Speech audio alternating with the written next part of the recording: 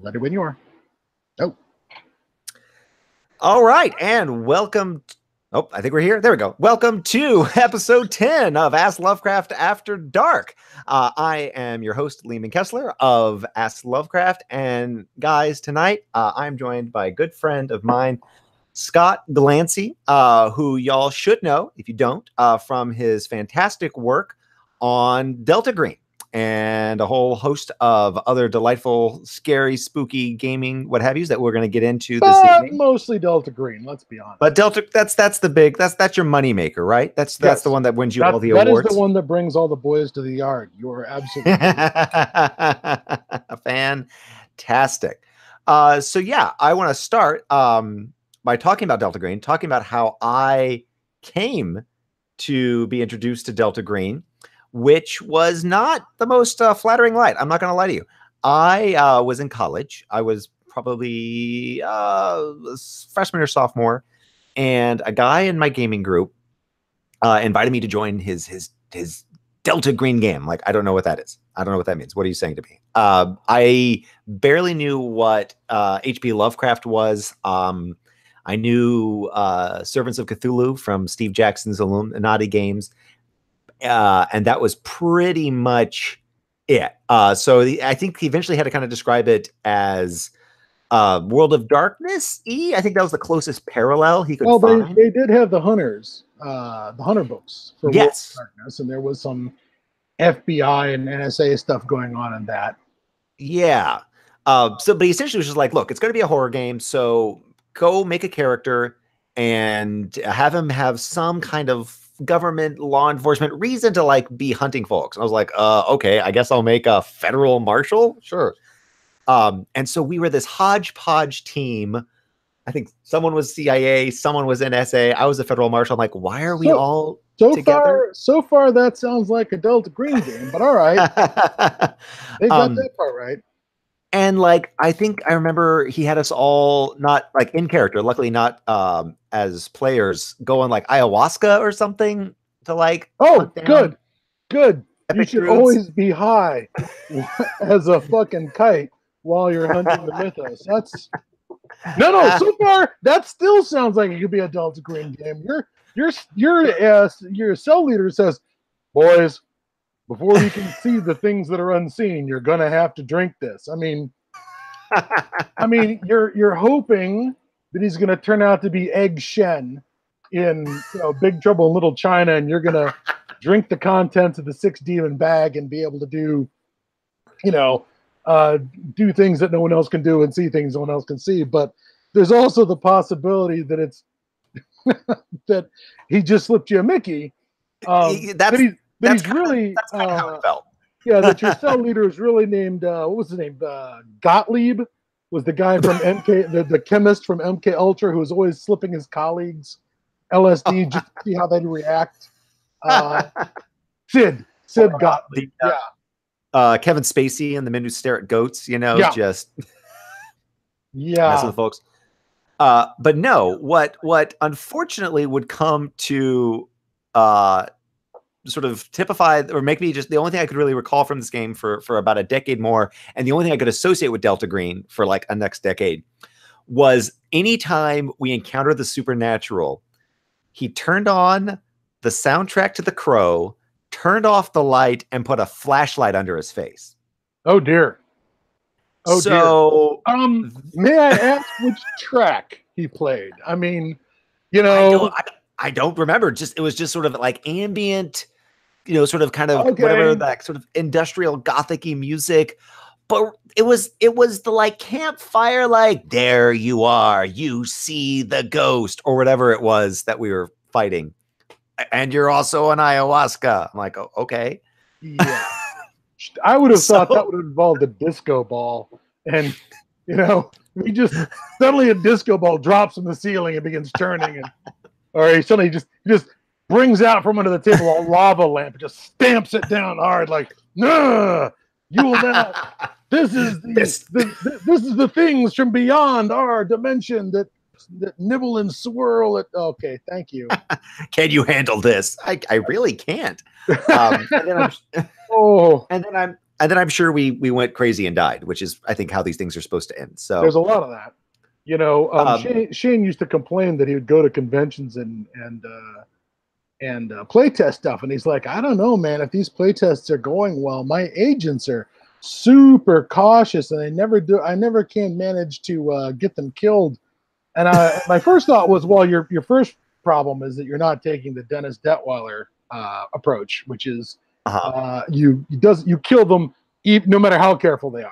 You know, you just take into account they've taken every precaution, and then just do something horrible to them anyways. I mean, that's nice. That's what he does. So you can do 27 smart things in a row, and it doesn't help. You know, that's his thing. But I admit that I tend to punish my investigators or my agents for doing stupid things, or not particularly, or doing rash things, or doing not particularly well considered things, which is probably not in the full spirit of Lovecraft. You should probably punish people no matter how well prepared they are. There should just be punishment for having looked in the general direction of the mythos. You know. Well, okay. Well, let's get into that. So, like the Delta Green that I have is essentially like an expansion onto Call of Cthulhu. Is that how it started off? What's the kind of the origin? Originally we published it using the Call of Cthulhu rules from 6th edition, I believe it was, maybe 5th, but up until 7th edition, there weren't huge differences between the editions. There was already a Cthulhu Now, which was sort of modern Call of Cthulhu role playing. But because the book had like rules for going up until, I guess, then the 90s, right? Yeah. Well, it certainly had a timeline through the middle of the 90s, because that's when it was published, or final in its final, sort of format was by 96. Right. But Cthulhu Now had originally been published back in the 80s, and what John Tynes' primary interest for at least in my perspective, one of the big things he was trying to do was sort of recreate what Pagan Publishing had done with the book Golden Dawn. The Golden Dawn was an 1890s setting, set around the historical Golden Dawn Society, which was an occult society in London. In fact, I'll just go ahead and flash the cover of the old Golden Dawn here from the original Pagan Publishing book. And so you're stuck in there with a bunch of, historical characters like Yeats, William Butler Yeats, and guys like Dr. William Wynne Westcott, and somewhere in here I think is Aleister Crowley turns up at the very tail end of the actual Golden Dawn, like he's in his 19s, and it's by that time it's in the 20th century. But it was an occult society. It sounds better than it was. It was a lot of squabbling and infighting about whether Atlantis was a metaphor or an actual place, the kind of things that happen with occultists every time you get them together in a room. Well, it's essentially arguing over the, who's going to cover the tab, and Aleister Crowley stepping out the door before anyone can. Oh, yeah. And the thing, though, about that book was it provided for us a setting where, why does your character always end up investigating the supernatural? What is it? Are you cursed? Does it just come to you because you're like Kolchak and everything just shows up on your doorstep? Or do you have are you attached to an organization that's function is to collect information about the supernatural and, then present it to its members, and the members go out and try and find out what's real supernatural, what's not? Like the, there is a Royal Society for Psychical Research. There is such a place in the Victorian era, but it's a real place and it exists today. So rather than get into the copyright issues of dealing with or trademark issues of dealing with a place that really existed, we went with this. They went with this Golden Dawn thing. Nobody's going to arm wrestle you over the rights to Golden Dawn, but you still have an organization where there are multiple members. It's a clearinghouse for occult information, so you can do your occult investigations and do your Cthulhu Mythos investigations once you realize there's something real behind the occult.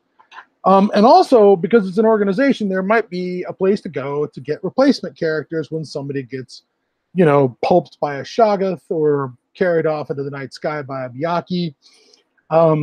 And that was always missing from the original Call of Cthulhu. Call of Cthulhu did not build a campaign setting into it. It was really up to individual game masters to create their campaign setting, which was in a lot of ways very freeing. It allowed you to do things like Golden Dawn and eventually Delta Green. Delta Green was the same thing, but for the modern world. We wanted a way that you'd be part of an organization, but like the Golden Dawn, that's just a private organization. They don't have arrest powers. They don't have subpoena powers. They don't have any of that stuff. We wanted there to be a huge clearinghouse of information and a source of replacement characters and a source of new missions and new investigations, but we didn't want it to be so overpowered that the players just sit at their desks and send out some guys to investigate. When they don't come back, you send them a drone strike. We wanted that to be off. We wanted that to be off screen. You're the poor guys on the end of the stick that are being used to poke down the badger hole to see if there's something in it. See if there's a Mythos problem is going to jump out and bite you. So that was the original idea for Delta Green, but a lot of that was about a post-Cold War world.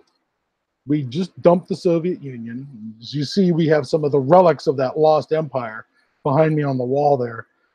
They collapse. Bipolar world is gone. It's now this weird free-for-all. And certainly during the 90s, and now I suspect it may have been because of the administration that was in charge at the time, there was a huge rise in you can't trust the government sort of conspiracy. The militias. Yeah. And that really geared up pretty strongly during the 90s. Who are we afraid of? Well, we're afraid of the government. We're afraid of FEMA camps. We're afraid of black helicopters. We're afraid of, majestic globalism. Yeah, globalism. Yeah. The rise of reptile people.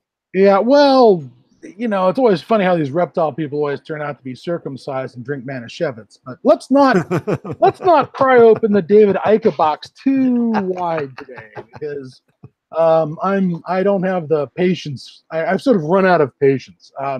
In the 90s, when I was doing this research, it was very thrilling to go and look up all these bizarro conspiracy theories and see how we could work them into the Cthulhu mythos. That's certainly another part of Delta.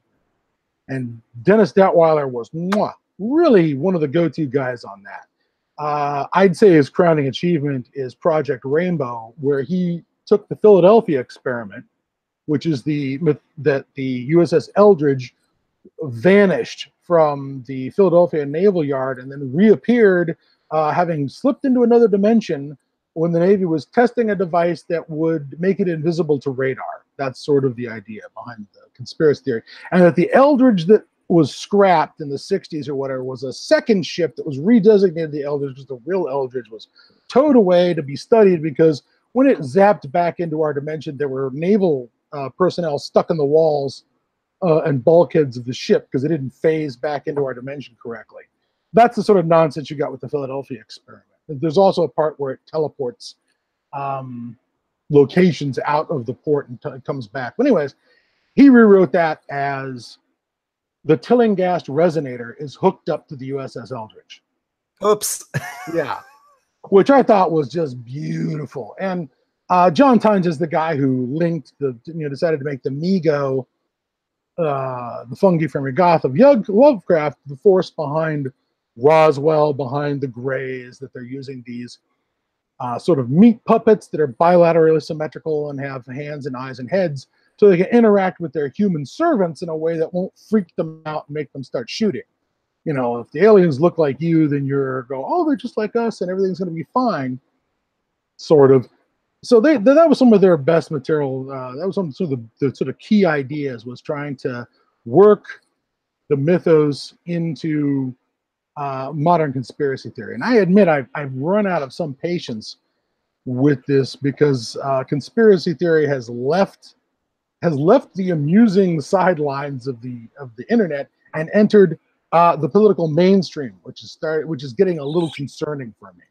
Well, that was one of the things I was going to ask is, as someone who's writing about conspiracies, as someone who's writing about the sort of the intersection of like the security state and governments with the weird and the paranormal and just the flat out bizarre, like, Does the Daily News like make it be like, oh yeah, like this is stuff we can mine and we can work with, or is it just like, gosh darn it, like I just wrote this whole like splat book, and now Roy Moore comes along and completely like steals my thunder? No, it's not quite like that, because on the plus side, most conspiracy theory, and I am of course printing with a very wide brush, but most conspiracy theory tends to come back to a couple of standard boring old tropes.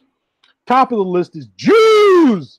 Yep. I mean, they always come back to whining about the Jews are after everything, and they do everything, and they poison the wells, and they put the matzah in the blood, and blah, blah, blah, blah, blah. And whether or not William Moore was the guy who was one of the big UFO conspiracy theorists back in the 70s and 80s.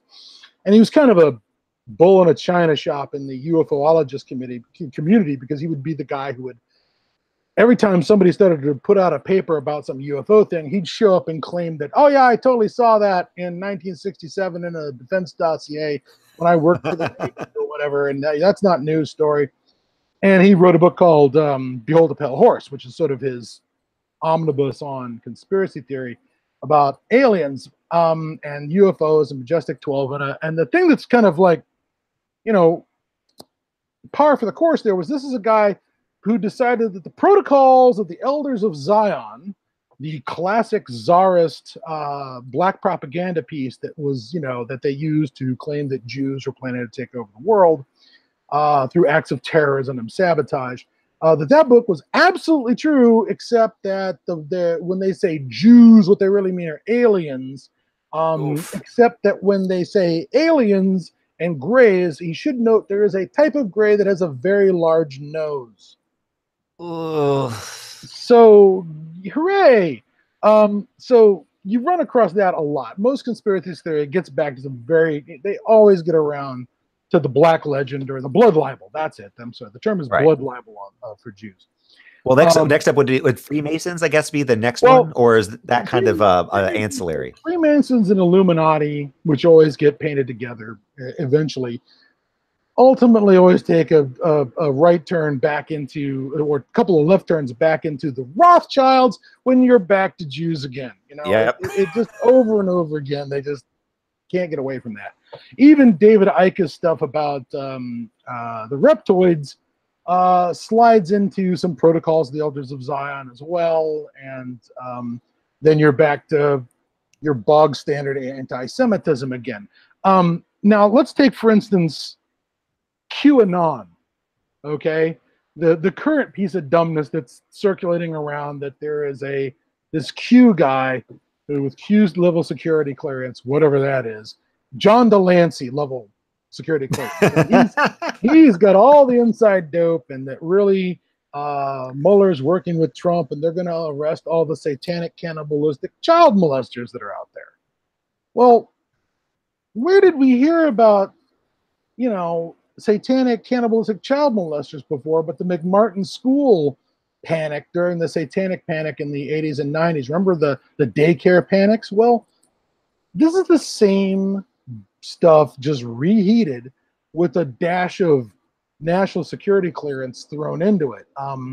It's the same nonsense as before. Well, and what's shocking about this stuff, I mean, the satanic panic, a friend of mine was pointing out the satanic panic stuff, the sort of like secret pedophile ring, this is all sort of happening in conjunction with actual like hidden abusive rings, right? Only it's the Duggars, or what's happening with just now in Pennsylvania with the priests that have been exposed, right? Like, it's this weird, like, people are aware that folks are hurting people and lying about it, but then they project it onto liberal celebrities or onto daycare centers, or go back and blame it on Jews. Like, there is.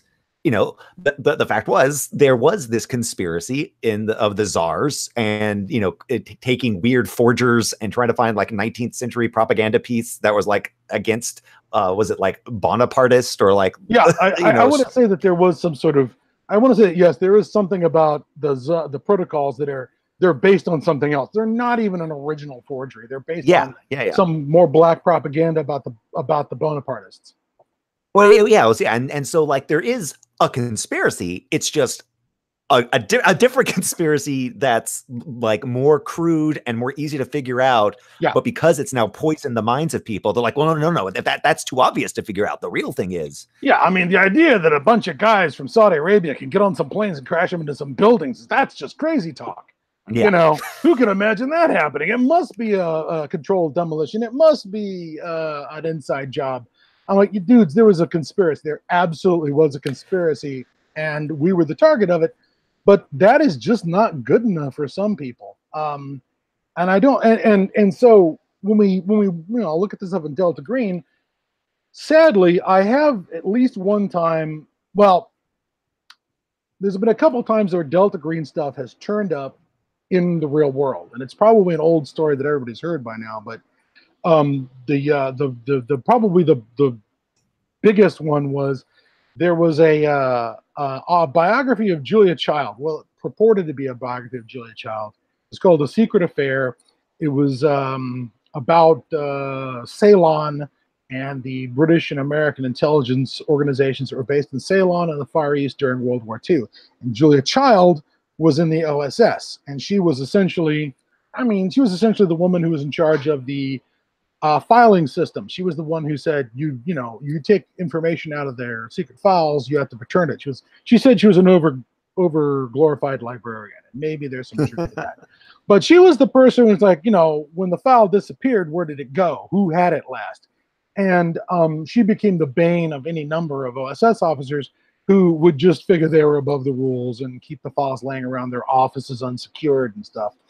But apparently, while she was there, she met her husband, who I think was in British intelligence or something like that, or the Foreign Service or the Army.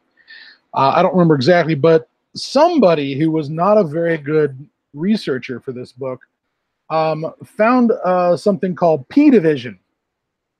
Well, we had talked about something in Delta Green called P division, and it was our idea was a Office of Naval Intelligence organization post raid on Innsmouth, from the shadow out of Innsmouth, but prior to World War II starting, or America's entry into World War II. So Delta Green doesn't really exist yet because it's a security clearance created by the OSS. So in the meantime, there's a Navy office that's still kind of interested in the mythos in the 20s and 30s, known as P4, sometimes called P Division, but its real name is the Paranormal and Psychic Preternatural and Psychic Phenomenon Division of the Office of Naval Intelligence. So somebody apparently looked up P4 or P Division and online, trying to find a reference to it, and somehow must have fallen and found some Delta Green material online, because what they did was they started writing about how P4 eventually evolved into Delta Green clearance, which was part of the OSS.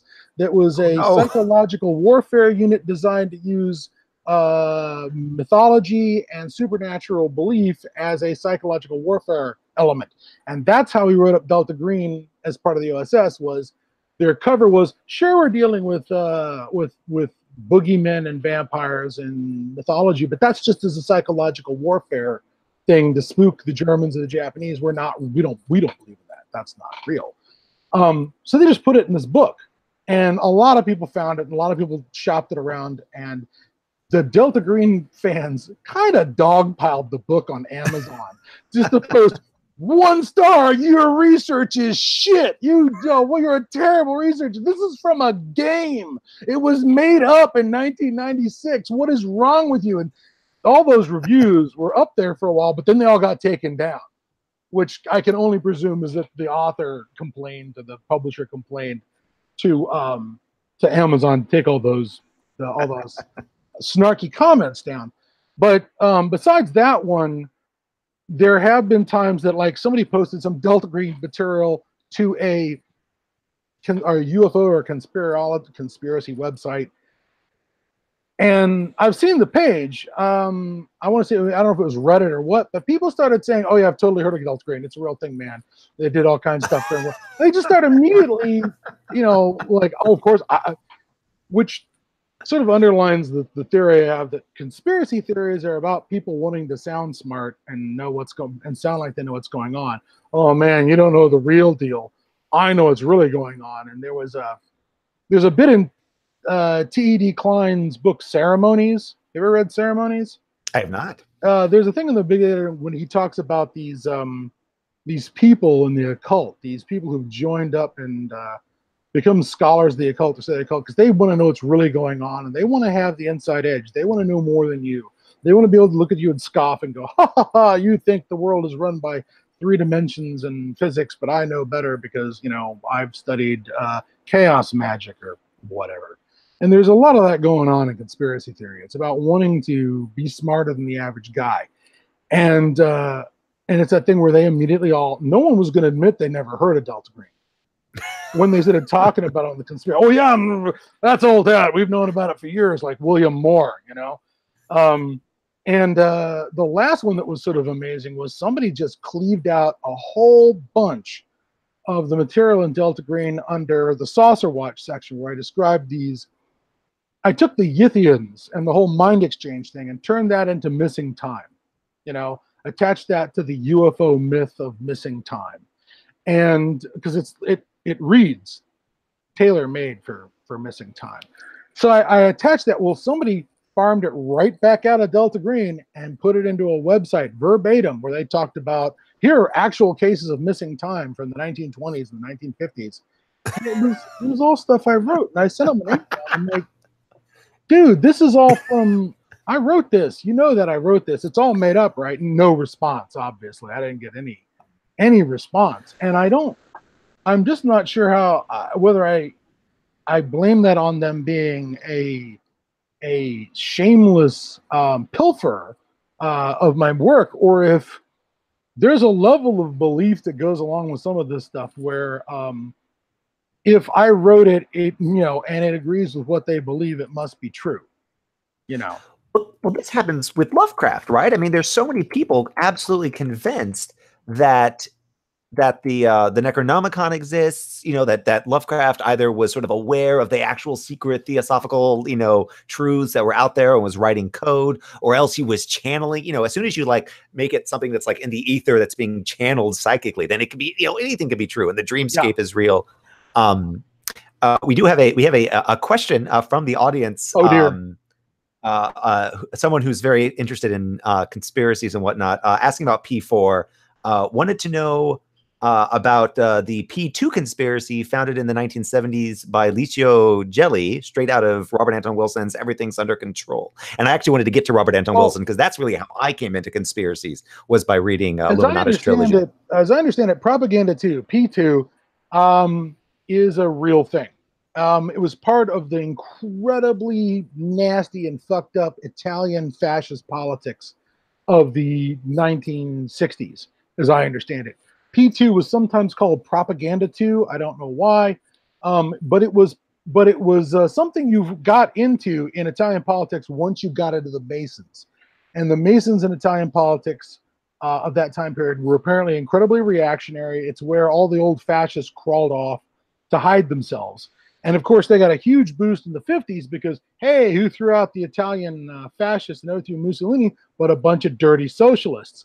And gee, the CIA is not going to let that go in 1950 or whatever. So they made sure that the old Italian fascists got dusted off, got a nice spit and polish, and could be put back into the works. The same thing happened in France. I mean, the Maquis is all made up again of dirty socialists. Good, upstanding right-wingers, they're all in the Vichy government, and they needed a spit and polish too after World War II. And they essentially, for the 50s and 60s, come out on top.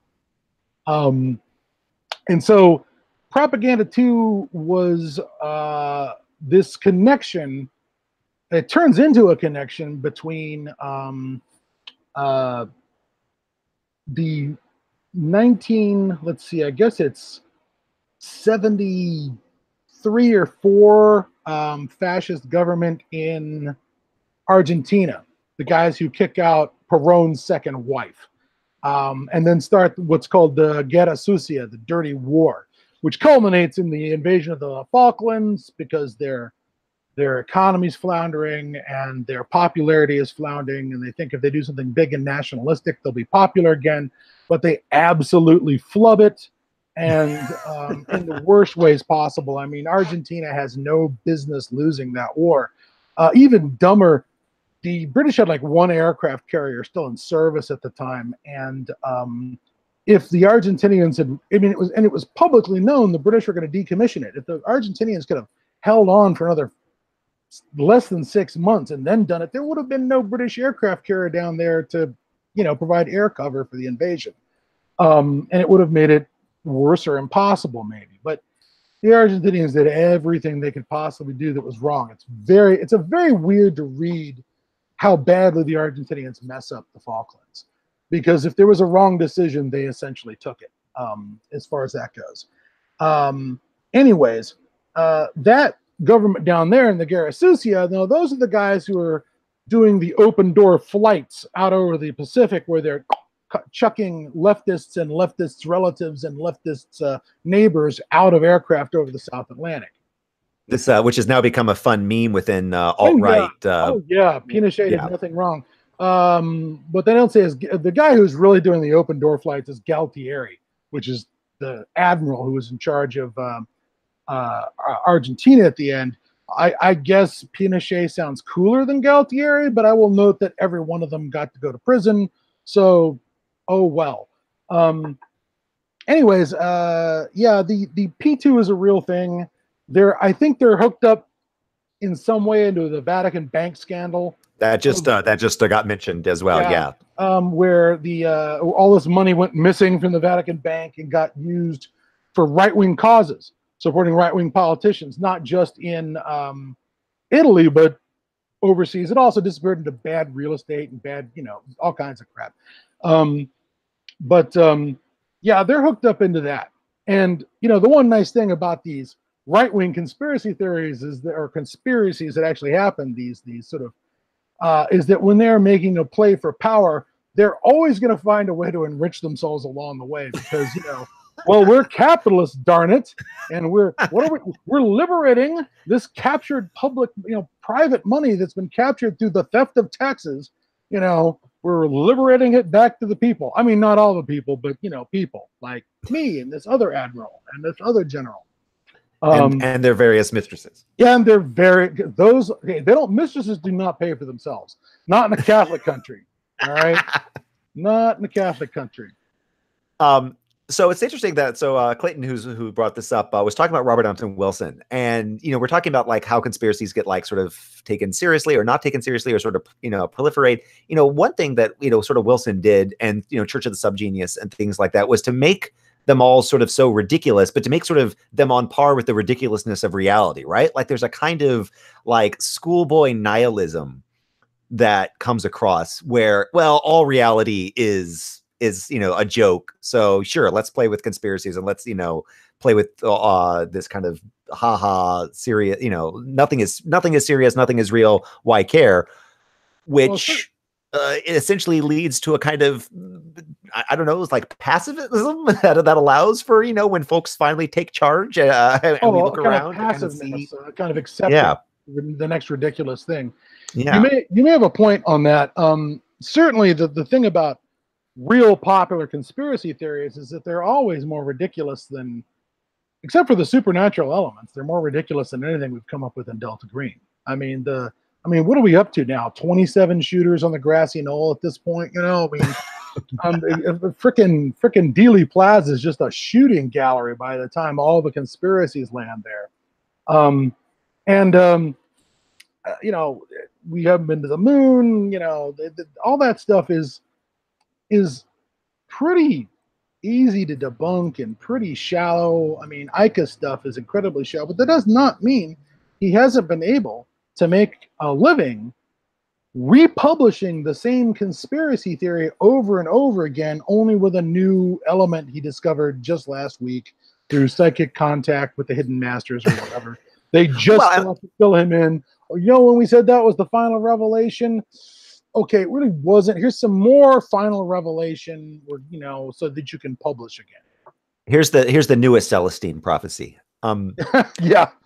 We're seeing it with Alex Jones, right? Where like on one hand he's selling himself as the real bearer of truth, but every time he gets into a legal fight, it's like, no, I'm just entertainment. I'm just a comedian. Ha ha ha. Yeah, yeah, that's why those people had to move 7 times. Um, the you wanted some profanity, for God's sakes, bring up that miserable cunt Alex Jones.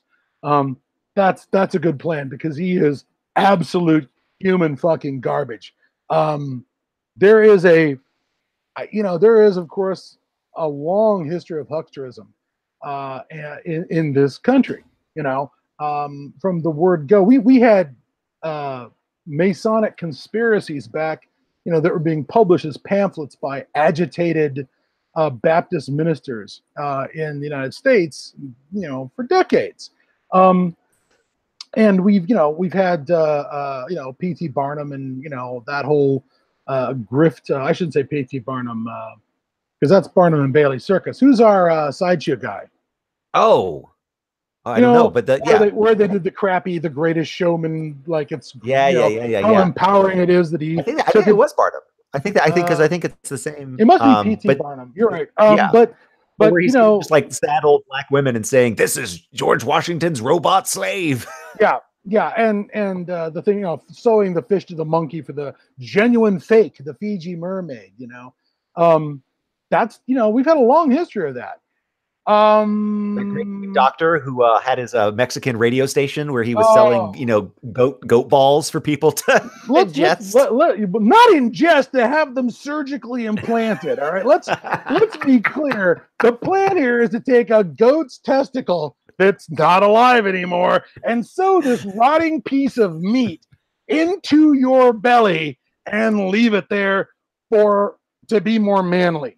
To increase your vitality, which does bring us Ouroboros right back to Alex Jones, because what does he constantly sell? Male enhancement powder. That is the number one thing that they're selling over there is male enhancement powder. If you understand the truth about Pizzagate and you take this powder, your penis will be 6 inches longer. It will be the girth of a fire extinguisher. You'll be able to fuck through a concrete wall. It's abysmal and it's childish, and it works every single time. That is perhaps the worst part about it, is that it always works. There's always someone who will throw their money at you. We're in the wrong business. Well, that's the thing, right? You're giving the game away by saying, let's play pretend, right? If you had wanted to make more money, you should have said, there's a real Delta Green out there. Let me tell you how they operate. For $19.95, you can learn all there is to know. Well, the book's worth $39.95. We should have made some money off of it. But apparently, though, we only marketed it to gamers. We failed to market it to the gullible. They're an amazing marketplace, one that keeps on giving. I mean, there is no amount of exposure, shall we say, that Alex Jones can get that he will ever seem to pay a price for. I mean, the very fact he's been kicked off all these platforms just means they know they're onto him. They're going to try and stop Alex. The truth is even more important now. Now you need to join up on Super Twitter for $9.99 a month. Yeah, or whatever. Whatever new pay option that they'll come up with. We have, in fact, been giving that game away. It is, and so when we're digging around in conspiracies looking for inspiration, sometimes we'll find stuff that's actually inspiring or is from real life. The best inspiring stuff is not from conspiracy theories, because those are mostly they're shit. I'll just be honest, mostly they're shit. The best inspiration comes from real life. When they find the lake under Antarctica that's been sealed up and has microorganisms in it since, that are tens of thousands of years old near Vostok Station in Antarctica. Oh, now that's something we can play with. That's or the nematodes that just got defrosted in Siberia, and all the awful gases that come. The fact that Siberia is melting is definitely just ripe for. Well, that in Greenland. The fact that Greenland is warming up and that ice cap is melting is isn't that right out of the canon? Isn't there something up there called Hyperborea filled with Sagwa and Ron Tagath and all these other? Don't we have a bunch of great old ones just checked in right there, waiting to be defrosted? That's a really good one, and I'm hoping to do some material on Greenland on the very idea that as the ice cap rolls away off of Greenland, it starts exposing that lost world that's buried under the that permanent ice pack to no one's advantage. Well, and I actually want to talk about that because, I mean, one of Delta Green's strengths is that as perceptions of the security state and the government have shifted, Delta Green has been able to kind of adjust and play around with that as well. I mean, you know, post 9/11, you guys really were able to take everything and spin it on its head. Well, the big change for me between the 90s and the thousands was back in the 90s, the history of the American security state was a history of plausible deniability. And when I say plausible deniability, I don't mean plausible deniability for the president or the Senate Intelligence Subcommittee or the director of the Central Intelligence Agency. I mean plausible deniability for the American public. Whenever something completely fucked up came out, we could always say, well, we didn't know. The American public didn't know. Oh my God, we're so offended by the way you guys ran those drug tests with the LSD back in the 50s. And oh my God, the Department of Energy did radiation tests on the mentally defective that were kept in homes, and you irradiated people who were mentally handicapped to see how it worked. And oh my God, you let people have syphilis and gave them a placebo just to see how they would die. Oh, it's the worst thing ever. Oh my goodness, the Phoenix Project. You guys assassinated and tortured Southeast Asian villagers looking for Viet Cong. Oh, my pearls, Nowadays, the American public is, why aren't you torturing more? Shouldn't there be more torturing? I think we should have more torturing. Why aren't you listening to my conversations? I want more bugging. We're in it. We know what's going on. We're informed. We're having a public debate about just how much drone bombing should be happening on American citizens if they go overseas to assist Al-Qaeda or whatever. It's out in the open.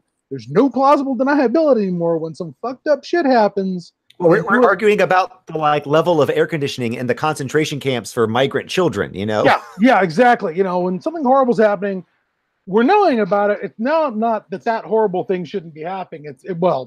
There's a weird part where people dig in, and it's about, well, I've looked at Abu Ghraib and I don't think they got abused enough because I think if I was doing it, I'd have done it this way. We should have totally stamped on their testicles. Don't they have a department at the CIA of testicle stamping? I mean, that would seem pretty effective.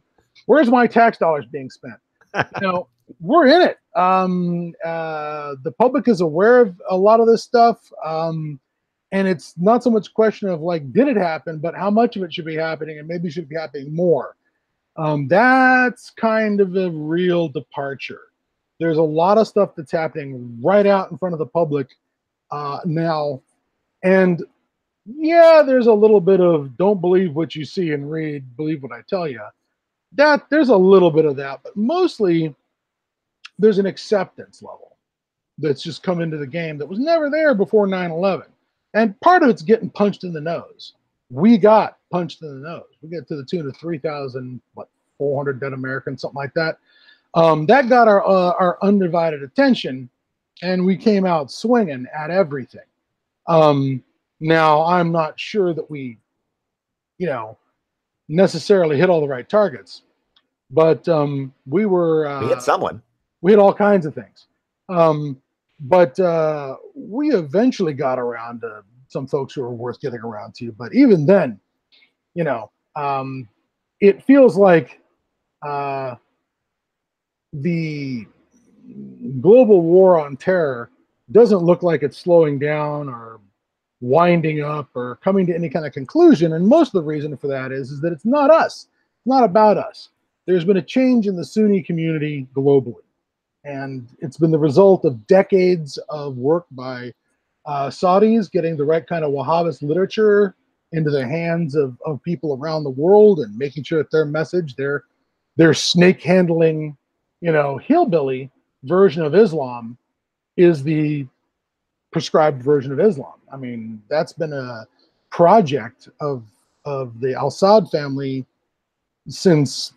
technically since the 1600s. And we're having a real war between Shia Islam and Sunni Islam, which from my point of view seems mostly Sunni generated. But we're caught in some of the crossfire of that, but we're not necessarily the primary focus of that. This is an internecine fight that we can get in the way of and we can get involved with, but I think that I'm not sure that this is anything we're gonna fix anytime soon. That fight's gonna have to settle itself, and then we're gonna have to be in a good position when it's done. I don't see that slowing down anytime soon. Well, it's almost like if you had the 30 Years' War, only like China was way more involved with European politics and like, hey, stop that. You got to stop that. We're in business. Yeah. Oh, yeah. That's not a terrible comparison. Where the Protestants and the Anabaptists, I guess, and the Catholics are murdering each other in record numbers. I mean, what is it like? 1/3 the population of Germany vanishes in 30 years. Well, the siege of Münster is just one of the most bizarre, like, just occurrences, like this sort of apocalyptic sex cult taking over a kind of, just stodgy German town with armies around it being like, do we go in? Do we let them just kind of kill themselves? Because like at this rate, Yeah, the mercenary armies, hired by the Prince Bishop of Munster to retake the city are just sort of this crowd of murderous, rapey, thieving professionals. You know what I mean? They're just like, they'll kill anyone as long as there's some rape and thieving at the end of it. But they're really not, sort of interested in getting in there and dying for a cause. So they're perfectly willing to sit outside the walls of the city and play cards or whatever and watch the weird cult disintegrate on the inside of the city. I presume you've listened to the Dan's Hardcore History thing on Munster. Yes. Oh yeah. It's insane. It is absolutely. It is one of the batshit craziest things I have ever heard in my life. And I feel like it's not completely out of character for the whole 30 Years' War, which is just a constant, weirdly shifting bloodbath where the guys you're murdering last week suddenly become the guys you're allied with this week. Like the Turks are against ISIS, then the Turks are kind of for ISIS because now they're attacking the Kurds, and then then the Kurds are kind of anti-Syria. But wait a minute, now that we're squeezed against the Turks, maybe the Kurds will be working with the Syrians because God knows the Kurds can't rely on us to stand by them. That ain't gonna happen. If I'm the Kurds, I'm thinking about cut your best deal you can with Damascus and hope for the best, because we're not going to side on with the Kurds against Turkey. Just not going to happen. You're mentioning ISIS reminded me of a fascinating demo game I saw you run. I want to say in Portland, where you had the players be an ISIS cell. Yes. Yeah, and I originally wanted to run that for Ross Payton and the guys over at Role Playing Public Radio. When I suggested that they played ISIS characters, their response was, "Oh no, I don't think we can do that." And I'm like, "Didn't you guys play Nazis one time?" Yeah, but they're dead and gone, and ISIS is now, so we're not comfortable with that at all. But they played it, and they actually had a good time. They actually were able to get into it, and it's a good that opening scenario, and it's a scenario that's actually. That scenario that you saw them play is actually what happens in the 5 minutes before the credits roll in the Delta Green TV show, right? Yes. You see that part, and then after you come back from the credits, there's a team leader who's turning off the VCR at the front of the briefing room, which was showing you what you were seeing on the in the opening credits, and says, "Well, that's the problem in northern Syria. We're going to have to do something about it." And part 2 of the scenarios where you go take care of the problem that those ISIS guys released, because apparently, ancient artifacts are bad and should be smashed. Are you listening, Hobby Lobby? Stop it. Well, I can only hope that if there's something horrible and cursed, it came back to Hobby Lobby and they accidentally released something, because I mean, look around. Well, all right, you have made your point. I do, in fact, smell the creeping chaos on any number of events the last 2 years. But Certainly, that scenario only all came from the idea that I was really tired of seeing things get blown up by Salafist prudes, where they'd blow up the Buddhas in Afghanistan, or they've destroyed Nineveh in Mosul. That's gone, erased to the best of their ability. And certainly there are other things like Palmyra was visited a couple of times by these douchebags, and they smashed it up pretty good. And watching all that, I was like, damn, why isn't it real? Why isn't these supernatural horrors real? So these guys could go and smash the statue of Tiamat and then get a giant dragon jump out and eat their faces, because that would feel good. That would be nice if that happened. And if I can't do it in real life, I guess I'll do it in a scenario. So now, did that scenario ever get published? no, I'm working on it right now. I'm supposed to have it done by the end of the month. I got down into doing the second half. How am I going to get Delta Green characters into ISIS-controlled Mosul, which means I have to set it before the fall of Mosul. And I luckily, weirdly, had picked a date that turns out to be the first day.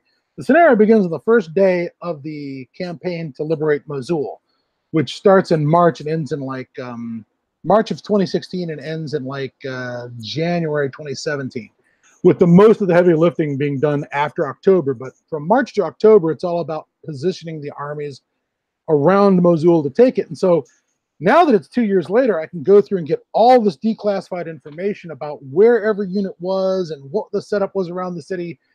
And I've learned that the idea of foreigners getting into and out of Mosul safely is not that crazy. There were a number of assassinations that were done in the preceding months of the assault on Mosul, where Kurdish and Iraqi teams would get into the city and murder some muckety-muck and leave. And I don't mean like they found out where his house was and they hit him with a drone strike. They were doing these very targeted assassinations, and well, that worked. And there was a very active underground in Mosul of very unhappy Iraqis who wanted these guys out. So the idea of getting... Did you just read the New York Times piece about the Falcons? No, I have not. I have read a number of things from the New York Times about the amazing way that the ISIS was organized. And I finally found things like, what's the name of their internal security apparatus? What's the name of their foreign security apparatus? Things like that. So I've got, now that this information is coming out, I've got a lot of material in there that's going to be able to make the scenario more believable. But I don't know about the Falcons. So the Falcons were the Iraqi intelligent agents that were infiltrating Mosul and ISIS and essentially turning over, explosives and suicide and thwarting suicide plans. But then the news would publish that an explosion did happen, but there were no casualties. It was fascinating to read about this, sort of low budget, low tech, but still, very engaged counterintelligence, counterinsurgency. It definitely worth checking out.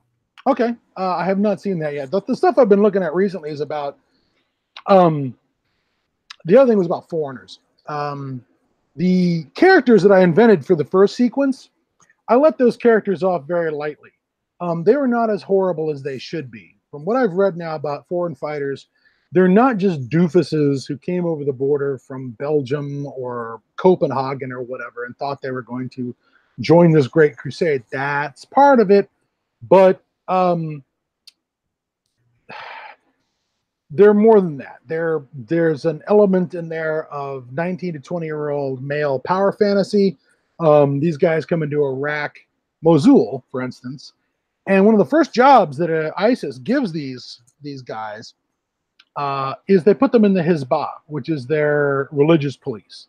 So you're a not terribly Islamic literate, or Islam literate, Quran literate, Pakistani descended Belgian or Tunisian descended French person.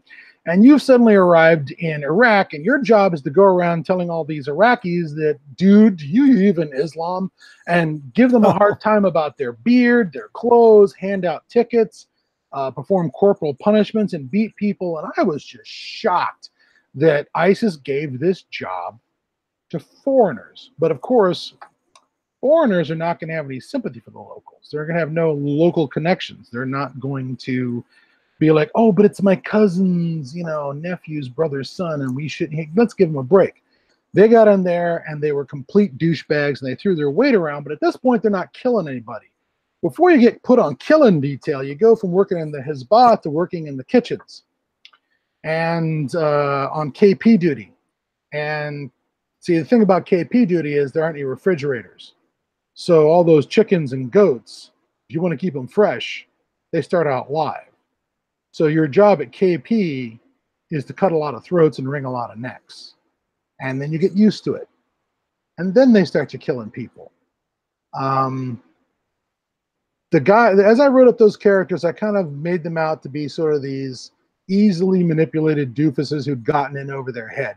While some of that is true, that these guys are, it's very, very difficult. It's nigh impossible not to end up with some blood on your hands if you've gone over there and become involved. And the people who come back and say, oh, I saw terrible things, that I didn't do anything, are probably bullshitting people when they come back, when they deny that they were involved in something. Like they start people on mass executions where you're one of multiple people killing somebody, or a group of people where there's a kind of a group deferment, because I was with a group of people and I don't know which bullet killed him.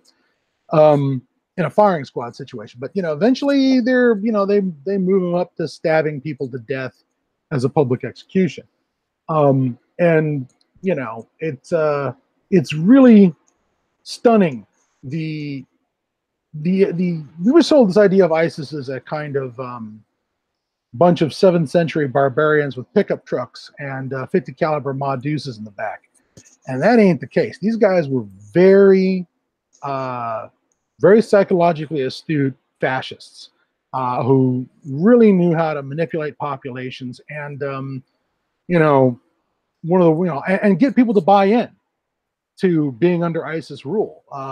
When your trash doesn't get picked up in Mosul in 2015 or 2014, I guess they took over in 2014. You go out to the trash guy and say, hey, how come my trash isn't picked up for a week or a month? They're like, well, there's a lot of difficulties that have to get done. If only you could possibly, put a little backsheesh there, we could get something done. And you pay off, and then people do their jobs.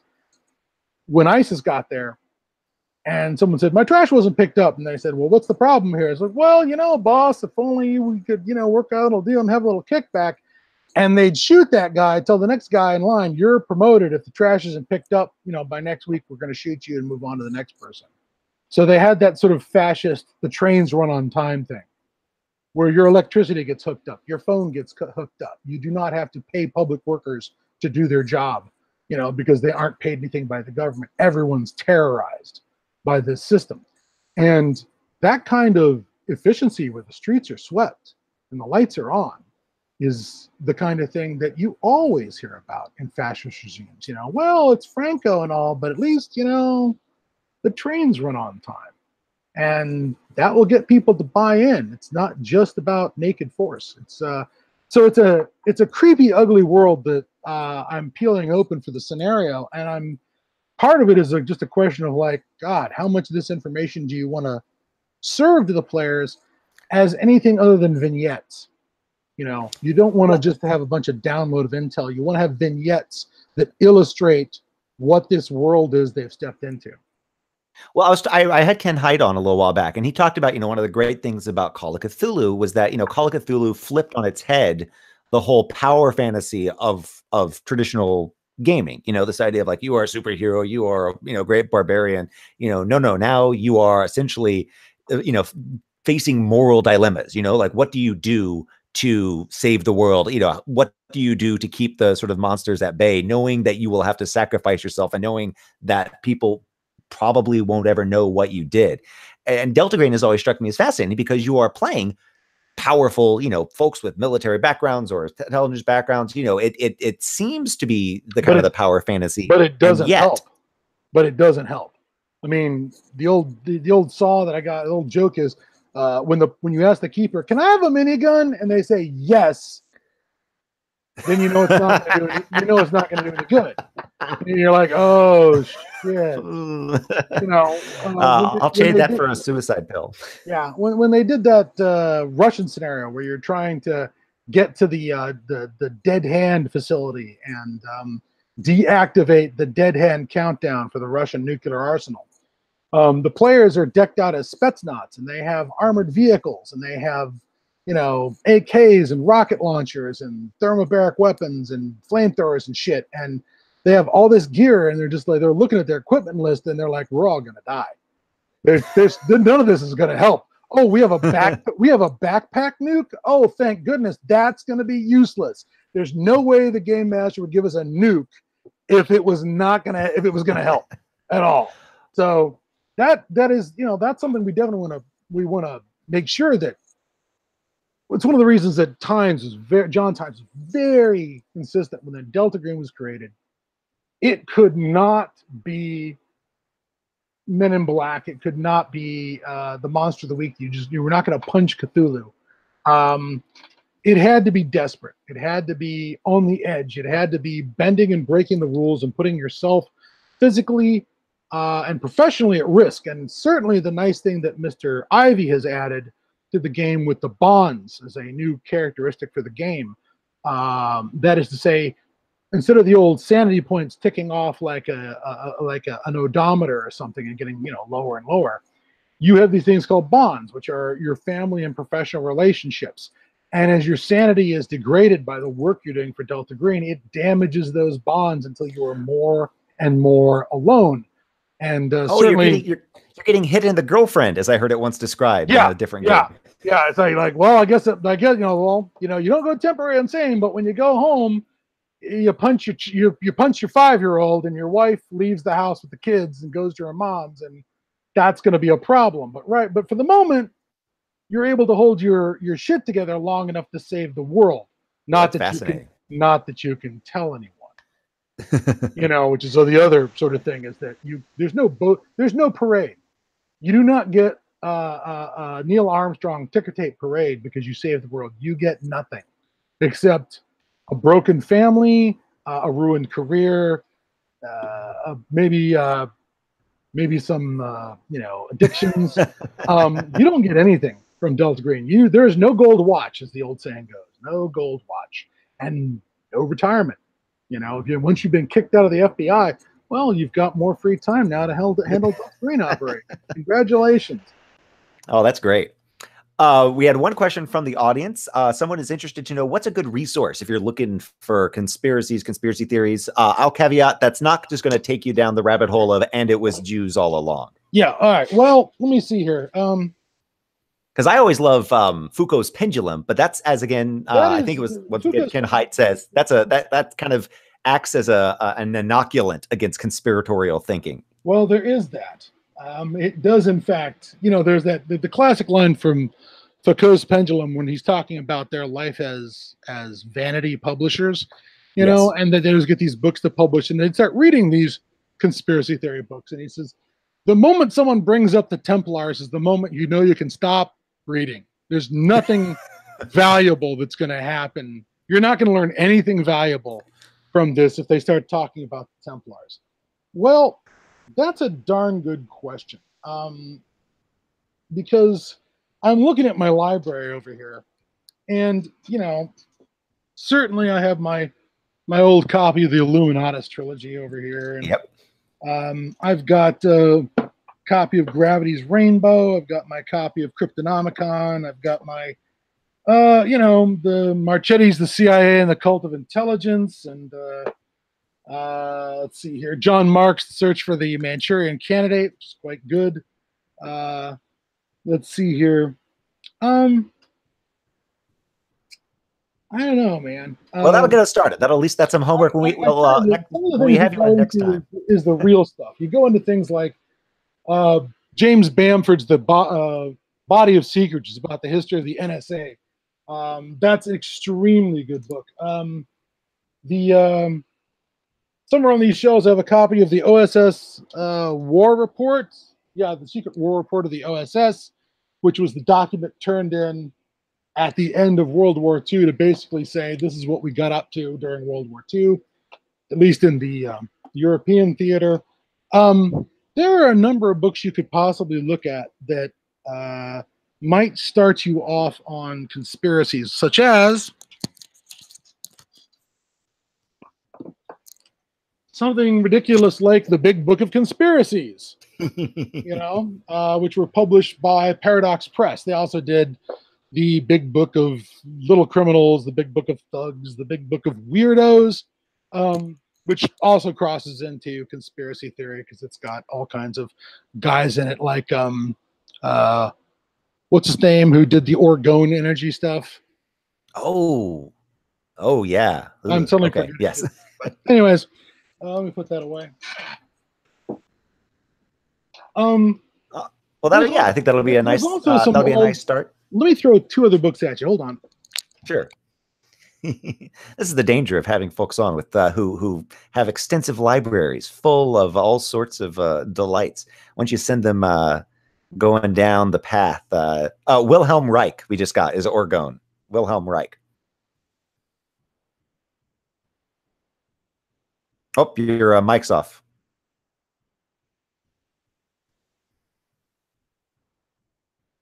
Yep, we've lost audio. Nope, you're still we've lost some audio there. Did it How's it going now? There we go. There you are. There you are. Wilhelm, yeah. So Wilhelm Reich apparently is the Orgone guy. You got your Archon. How's that for a real name? Archon Darul. I'm sure that's a real name. The history of secret societies. You'll get a whole bunch of ridiculous things in here, from the Knights Templar to the Assassins to the Tongs to the Rosicrucians. That's not bad. Norman Mackenzie's Secret Societies. You can track that down from Crescent Publishers. That's also quite old. It's probably from, let's see here. Yeah, that's from 87. And here's my favorite. Reprinted by, let's see who reprinted this. You can see it's a really high-tech book here with its simple cover and all. Oh, Kissinger Publishing. Charles William Heckthorne. Secret Societies of All Ages and Countries. Now, the best thing about this one is that it was published, I believe, in the 1890s. So it's got this really odd little layout inside that was just scanned in from the original text. Wow. And so it's got, everything from the Magi to the Mithritic cults, the Egyptian cults of Mithridates, Japanese mystery cults, Druids, the Kabbalah, the Sons of the Widow, if you're Gnostics, various Christian initiations, various Christian heresies, the Templars. So it's nice potpourri. And the thing, hell, they got the Jesuits. The Mafia, the Camorra, which is just the Nepalese version of the Mafia, and my favorite, the Tugi. But my favorite they have in here are the Scopsi. And it was the Scopsi that I learned about that ended up in Delta Green, or, almost unvarnished, as a cult of self-castrators who engage in ecstatic rituals of fertility. I just slapped little, shove niggurath on them, but they're a real cult in Russia. Well, we've gone from goat balls to human balls, and I think that's going to be a wonderful way for this show to go out. So, Scott, what can folks be looking forward to coming out next? Oh dear, that's all. That's a Shane Ivey question. That's not a. Okay, all right. I will tell you what I am working on, and I am working on 3 things right now for Delta Green. There's, of course, Iconoclasts, which will take our characters to the lovely city of Mosul, as the noose is tightening around the Islamic State. I'm sure everyone will be in a good mood in the city. It'll be a festive atmosphere. I'm working on another thing that's tentatively titled Dog Soldiers, which is a scenario and some source material for getting Nodens back into the game, but in a manner that makes Nodens scary and unpleasant and not some sort of deus ex machina that saves the player characters when they've utterly screwed up the scenario. And then finally, I'm working on some Greenland material that was inspired by. It was actually inspired by the that drilling rig that blew up in the Gulf of Mexico back in, I guess it was 2014. Oh, right. Yeah. The Deepwater Explorer, Deepwater Horizon. That's what it's called. After that event happened, all this material became available online and showing the schematics and layout of what one of these drilling platforms looks like, where the quarters are, where the drilling mud is stored, where the and given that I suddenly got the schematics of a drilling rig, I thought, oh yeah, we're writing a scenario about this. There's no doubt about it. And finally, let's see, at Gen Con, I play tested a couple times a new scenario that's going to be part of a campaign. And the idea behind the campaign is that the players are going to get to, during the course of the campaign, experience every part of Delta Green's history. They're going to start off in a time period before Innsmouth. Then they're going to play a scenario that takes place after Innsmouth. And they're going to play a scenario that takes place during World War II. Then they're going to take a scenario that takes place during sort of the 1950s or 60s. Then there's a scenario where they have to go in and rescue the lost files of Delta Green before they're all shipped off to a incinerator, and so on and so forth. And each scenario, you're going to get certain clues. Those clues get passed off to the next group of players who are playing, or the next characters who are playing 10 years later. Now, you can probably take a character 10 years into the future, maybe 20. But there's a point where you can't have the same character every time. And the continuum of the scenario or the campaign is the intelligence file you keep building up. And depending on how well you do in each scenario, the people at the end of the campaign may or may not have the clues that they need to solve the problem. Oh, so, that's really cool. And the idea being that throughout the course of the campaign, you will get to have an experience of what it was like to be before Innsmouth, just in the U.S. Navy, what it was like after Innsmouth, but before Delta Green, what it was like in the glory days, what it was like after they were decommissioned, what's the cowboy era like, what's the cell organization era of Alphonse like, what's it like to be in the program or the outlaws in the modern age. So players can get like a sample all the way down the line, and certainly at the end of the game, they can actually have I see him back there. I see that guy. Who's that? Oh, that's just my wife checking in on me. All right. See, you let me talk, and next thing you know, family members want to know what happened to you. But precisely. At the end, you can decide whether or not the ending you want to have is an outlaw Delta Green ending or a program Delta Green ending, based on character choice, and that way they get a really sort of they get the full history of the organization and see it from as many angles as possible, and they also see the problem evolve from one era to another, because the problem I've selected for the campaign is one that it will not be the same problem in 1919 that it is in 2019. That the problem, it's not that the problem changes, not that the particular Mythos problem changed, but our ability to appreciate it has changed. There we go. Well, thank you so much, Scott, for being on here, for talking about lots of really just terrible things. Good. I apologize. In a very interesting way. I apologize for the drift into politics as opposed to keeping on top of Delta Green. No, we get very political on this show, so have no fear. But I'm really happy to have you on, and we're obviously going to need to have you on again for more discussion of even more nightmarish realities that are out there. So Scott, you can be followed through your work at Delta Green. We got the Delta Green website and the show description. And and if you guys are at cons, you've got a chance to see Scott in person. He is an absolute delight and does just fantastic job. the HP Lovecraft Film Festival this October in Portland, Oregon. That's going to happen. I'll be there. Excellent, fantastic. Are you going to be? Are you going to be drinking scotch with folks again? I hope so. There we go. Sadly, there'll be no game there'll be no role playing game that time, but we will be doing a LARP that Aaron Vanek will be running. And it's one he ran before at Gen Con last year, and it was brilliant at Gen Con. I just helped him out. I just he needed characters for a LARP he was running at a medical museum, so I got to very quickly write up some astronauts and space folk for him. So that was a lot of fun. Excellent. But yeah, we're excited. Scott's definitely worth checking out and following. Delta Green, we have a lot of gamers here, so there'll be a lot to mine for future games and follow his work. If you've enjoyed this show, we do Ask Lovecraft after dark every 2 weeks or so. It's a chance to kind of chat with some delightful folks, some luminaries in their respective fields.